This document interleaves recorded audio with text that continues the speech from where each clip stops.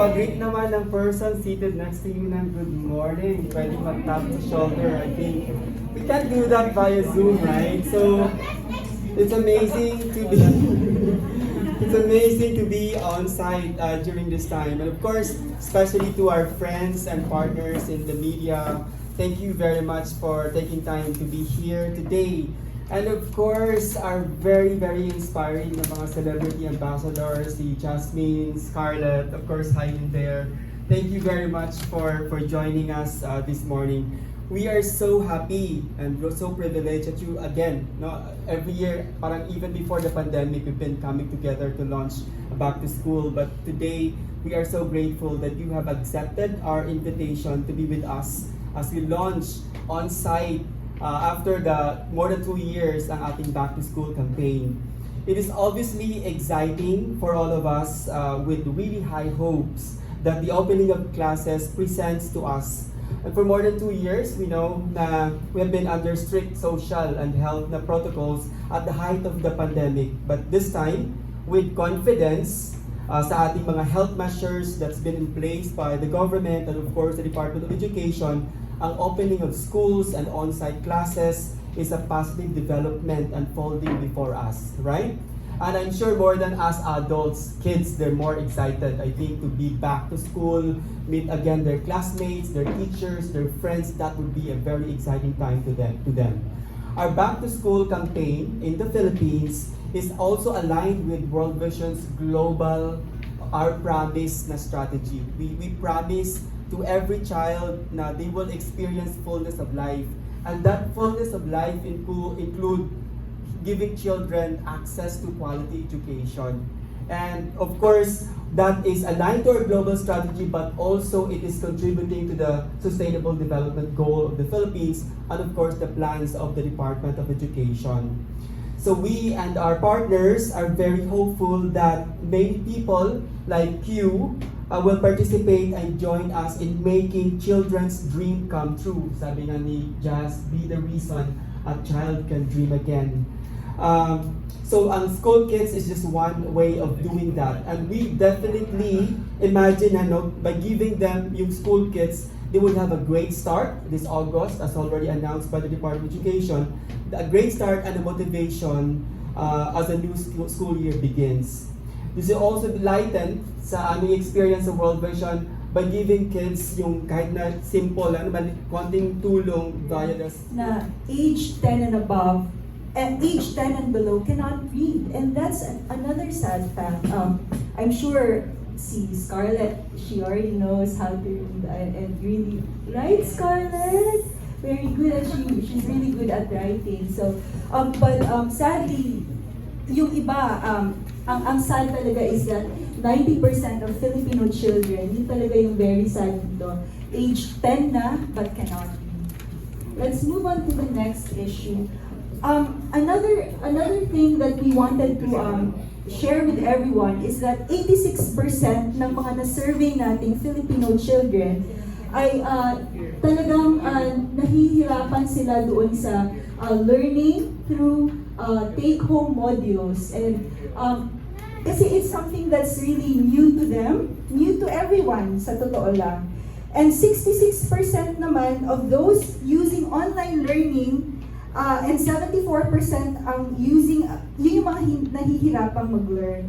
66% and 74% din nahihirapan sa blended learning, yung may modules and may online thing. And a total of 29,671 schools naman were affected by Typhoon Odette. So, talagang nasa Pilipinas tayo and it's a tropical country and it's always maraming disaster. So Typhoon Odette was the last one na nag-hit sa atin, and that again affected yung mga learners natin. Even with the lingering effects of COVID-19, next please, nandito pa rin tayo with because of the change in the landscape of how we are learning in terms of modules, in terms of online distance learning, in terms of blended learning. Despite these challenging times, World Vision's Back to School campaign, anchored upon the Global Reasons campaign, aims to help children reach their full potential. So, we would like really to encourage everyone, talagang sana we are the reason a child experiences joy in school, that we are the reasons a child can dream again. So, sige, next please. Ito po yung atin talagang call sa bawat isa sa atin to be the reason a child experiences joy in school. Next please.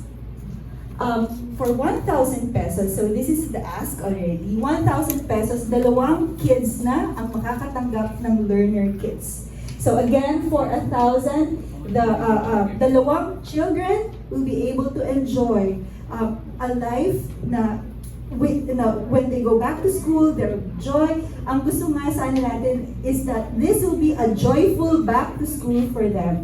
We aim to help 24,000 children to receive new school supplies this year. And this time, with your help, we hope to bring joy to them even more. So, again, for 1,000, 2 kids will be able to receive new sets of school kits.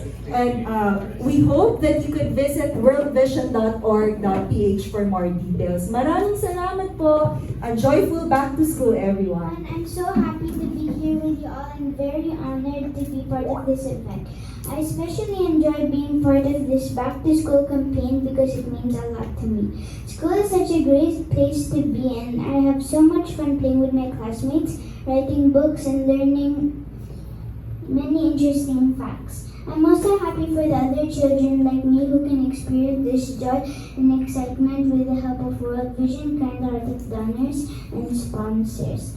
School is what helps us prepare for the bigger world out there where many people need help. And I'm glad that even as a child, I know I can help. Knowledge is also a power that cannot be taken away from you. It is what can bring people out from the dark and into the world of opportunities. It can also be the difference of a life of hope for many. Thank you for letting me be part of this movement. May all your generous hearts be blessed.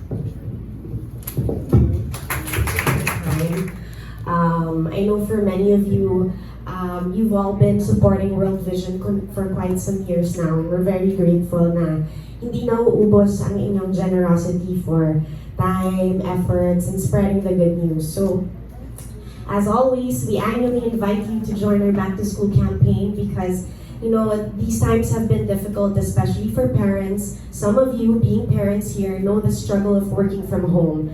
Imagine students, imagine your children struggling, not having the social interaction with their fellow classmates, diba?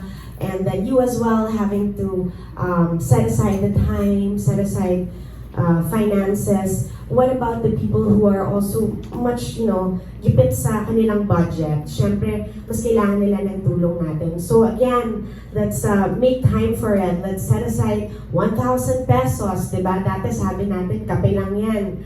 Ngayon, kung ano pang mga subscriptions natin dyan sa online, diba? So let's try set aside 1,000 pesos. 1,000 lang yun.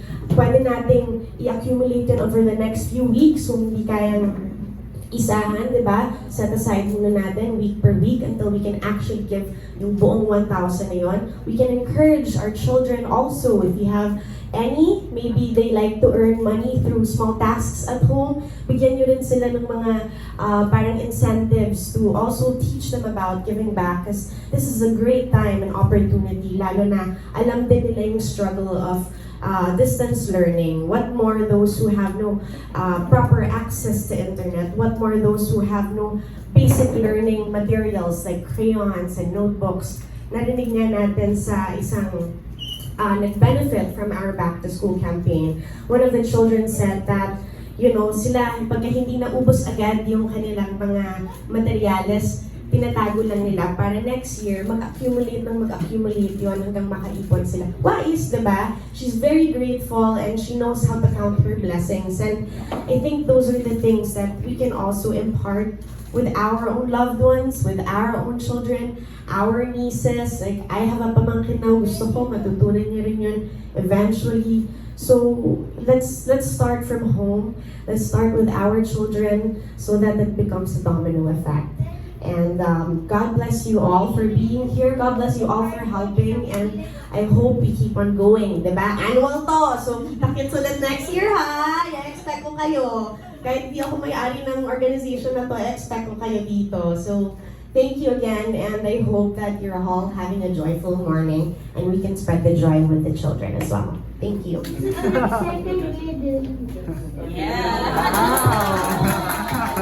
me answer this. I'm excited to know what initiative means yet. But yeah, Scarlet joined the World Vision Ambassador team. And so, you know, the situation last year, it was everything's locked down, so the only way we could participate is by cooperating through posts and all that, and some of these things, and also supporting students. She gave her own money. It's not from mommy, it's not from daddy. It's from her own money. And in fact, we were talking about it a while ago, and she talked about sponsoring, and he said, how much are you giving, Scott? Of your own money, not mine, okay? But I did not bring my wallet. How much do you want to give? Of your own money, okay? I changed my mind, 7,000. Wow. So Scarlett's committing 7,000 of her own money. I'm not gonna. She's not gonna get it. Back to... Okay. So, you know, Scarlett 7,000 will be sponsoring, will be sending 14, no? 14 students to school. Plus 2,000, okay, 9,000. Wow, Scarlett, you are such a role model for such a young age. Palakpakan naman.